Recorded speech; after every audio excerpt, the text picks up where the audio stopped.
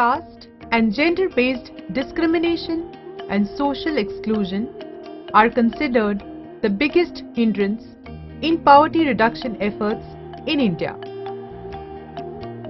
Exclusion is often manifested in denial of capacities, participation in socio-economic, political and cultural spaces, opportunities for education, healthcare, housing, public services and basic needs, claim over rights and entitlements, access and control of resources, and above all, human dignity.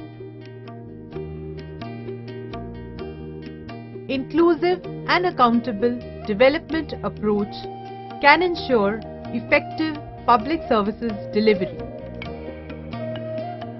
Poor people can lead a dignified life if public services like health, education, drinking water, housing, employment reach to them effectively. For example, a widow in Adagala village depends entirely on wages received from MGNREGA, pension and sale of goats for her living. 2/3 of her income source is through government programs. National Rural Health Mission visualizes universal access to health and right to education guarantees primary education to all children.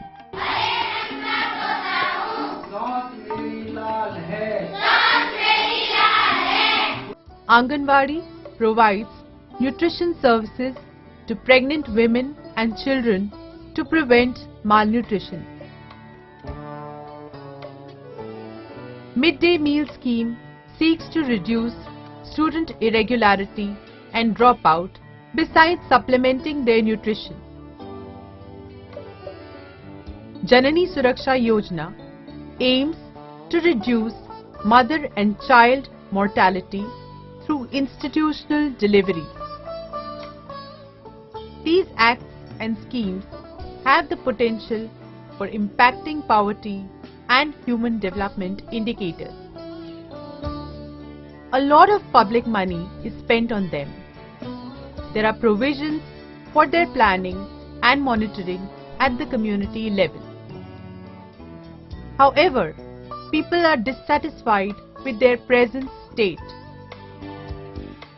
The poor are disillusioned by corruption, lack of responsiveness, and lack of access to basic services.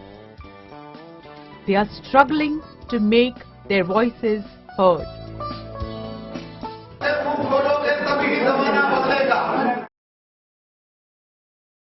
Living conditions in the Thar desert are harsh and the region is drought prone. Lack of infrastructure, larger distances, and low population density limit accessibility of services. Dalits live in dhanis at the outskirts of the villages. This increases their physical distance from the services.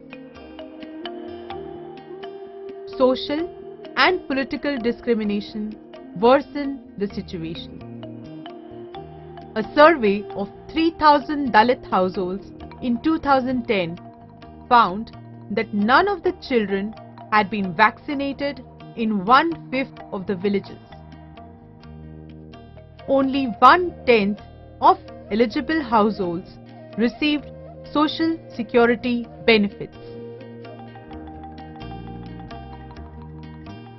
The Anganwadi centers, which are running under one of the oldest public programs named ICDS, have only been able to enroll 8% of the eligible children. Community-based monitoring emerged as a tool in the hands of Dalit community to create an empowered demand.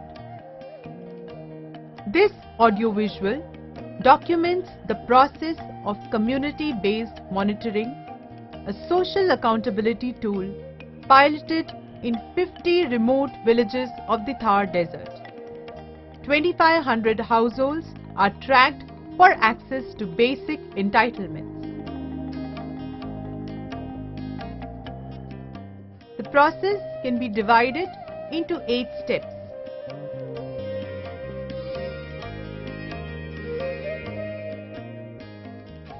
Community mobilization. In this process, community animators initiate dialogue with local people, particularly women, on the issues of quality of basic services and reasons for their non-availability. It invokes the rights and entitlement of the community so that they are empowered to carry the process. This process takes about 2 to 3 months of intensive meetings, interactions and dialogue. In the mobilization, it is clarified that it will be a long journey to demand for the rights and entitlements. Vested interest forces will create roadblocks and hinder the process, and community need not be afraid while conducting the monitoring. The objective of community-based monitoring was marginalized communities increase access to quality basic services and service providers and local governance institutions become responsive and accountable to people.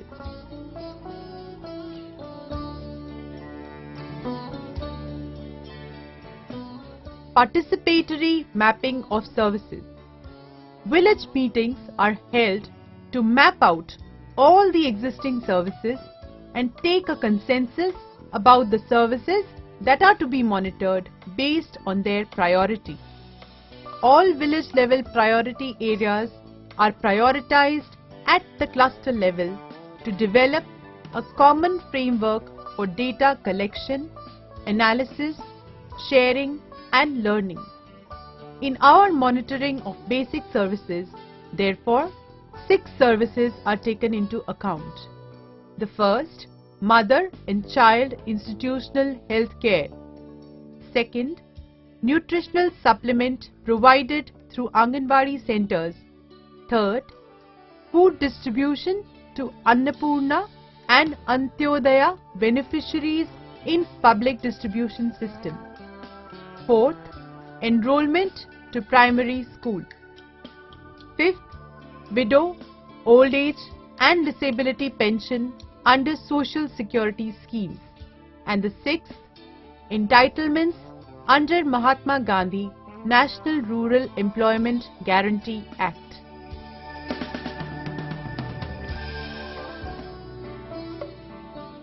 Identification of indicators for monitoring. In the true sense of participatory assessment, communities are encouraged to find out the monitoring indicators with regards to the status of services. As the women have no earlier experience of interaction with service providers and the standard of services, they find it difficult to come up with indicators.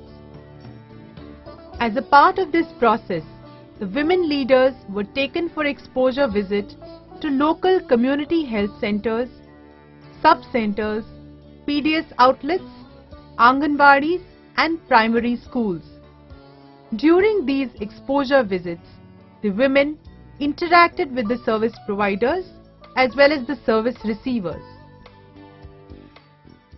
सरकार की जो योजना है अपना खेत अपना काम, उसमें लाभार्थियों के चयन की भी एक निश्चित प्रक्रिया है। ये सबसे पहले हम एससी बीपीएल को लेंगे, फिर एसटी बीपीएल को लेंगे, फिर अदर बीपीएल को लेंगे, उसके बाद एससी जो नॉन बीपीएल है उसको सबसे पहले लाभान्वित किया जाएगा। Prior to the meeting, they went through simulation process as a preparation for this interaction. At the end of the process, the women came up with very simple indicators like access to information about the service, availability of the service, extent of delay in accessing services and their reasons and any particular discrimination or harassment, including bribe for accessing services. नहीं है light तो है पण वो connection में को नहीं away दी खेची हुए. These 4 set of indicators were asked against the 6 services that were identified.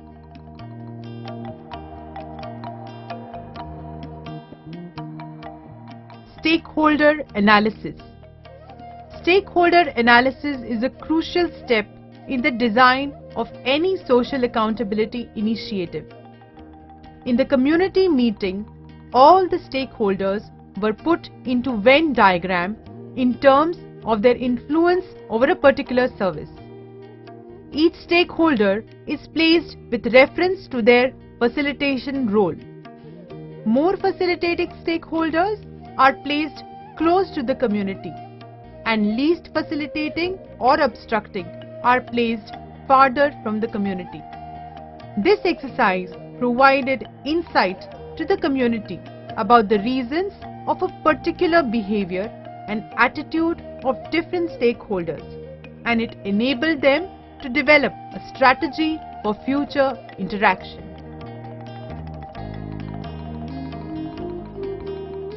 Capacity building.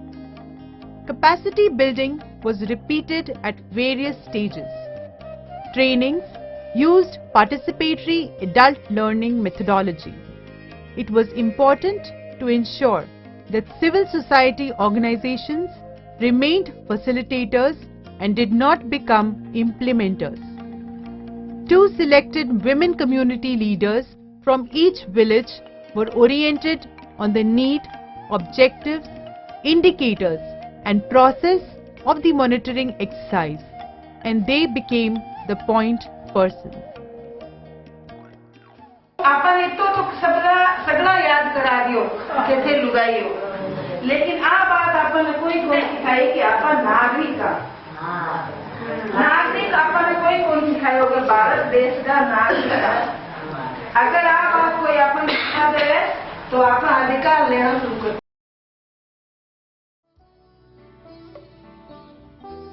Monitoring. Women were eager to collect information. However, illiteracy was a hurdle. All information were collected through symbols. The symbols were finalized over a few workshops and assembled to create a language. They are based on traditional art form used by women for wall painting during auspicious occasions. A social map was developed indicating all households who are eligible, for which program is also marked over each house. For example, symbol will be made to depict pregnant women registration with sub-center, number of medical checkups, number of vaccinations, and nutrition from Anganwadi. Pictorial depictions makes counting and discussion easy. For example, the woman will count 4 pregnant women in a village, of which only 1 will be registered. So the action plan is to get the other 3 women registered. Situation is reassessed every 3 months. Members of the women's collective sit around the social map chart of their village and discuss status household-wide. All data is gender desegregated. There is usually a lot of discussion and analysis of reasons for non-access. Members separate with an action plan. तो हमें 2 महीना लतेटे का पूरा हो जा रही दिसंबर तक है. Sorry. Some core guiding values have been: CBN should utilize and increase community capacity. The community will develop understanding about its marginalization and vulnerability, and the analysis will enable people to take action.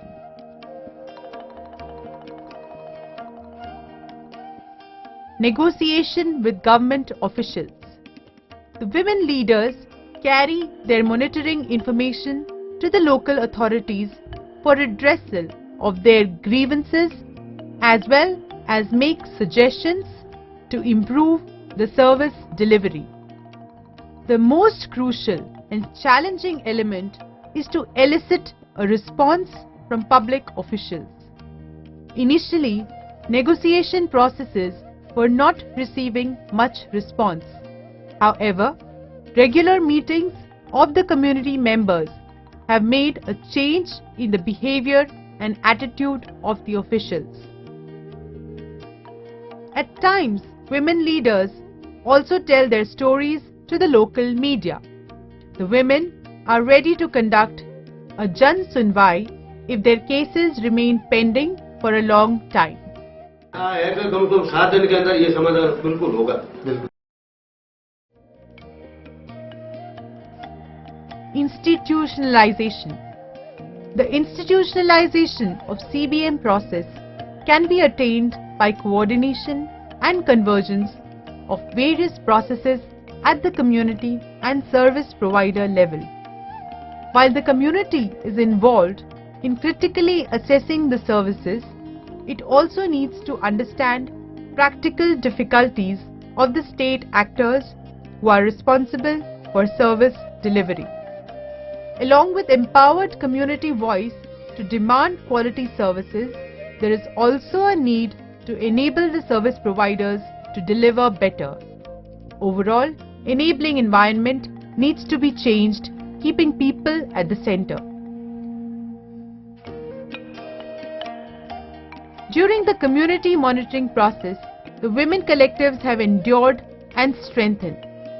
Their confidence and self-concept has increased. Dalit women leaders are recognized. However, attitudes and capacities can change only with time.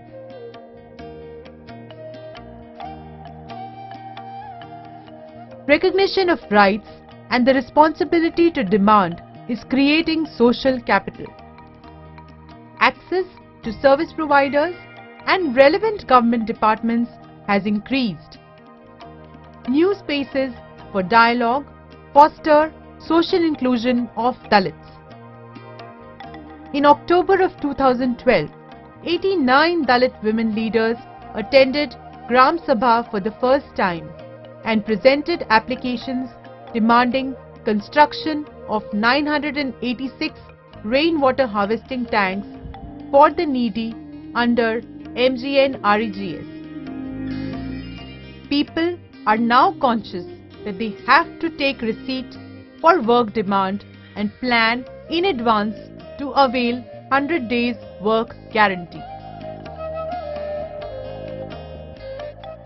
Women collectives are making efforts for 100% linkage of eligible to social, food, education and employment security schemes. All institutional deliveries have received the benefit of Janani Suraksha Yojana. Vaccination was done for the first time in 7 villages of Falodi, where sub-centers were more than 7 kilometers from the Dalit locality. ANMs now come to the community. 4 new Anganwadis got sanctioned. Primary school in a village of Falodi did not give utensils to Dalit children for midday meal and they were segregated. After threat of community action, the school administration gave a written apology. New utensils were immediately bought for all children. When the list of not linked was shared with the monitoring authority, the delivery system was obliged to make efforts. In 2 years, women's collectives have addressed 115 cases of irregularities and discrimination in delivery of government schemes, primarily MGN REGA and Anganwadi. 666 households were linked with social security schemes. Percentage of children linked to vaccination increased from 40 to 72. Registration of pregnant women increased from 47 to 68%. In 1 year, institutional deliveries increased from 43 to 49%. Today, in these 50 villages, Anganwadis open on time, nutrition supplements are given, MCHN Day is observed with regularity. People and ANM are more conscious about vaccination. Women attend Gram Sabhas and many service providers attend collective meetings. All these changes are rays of hope for a brighter future.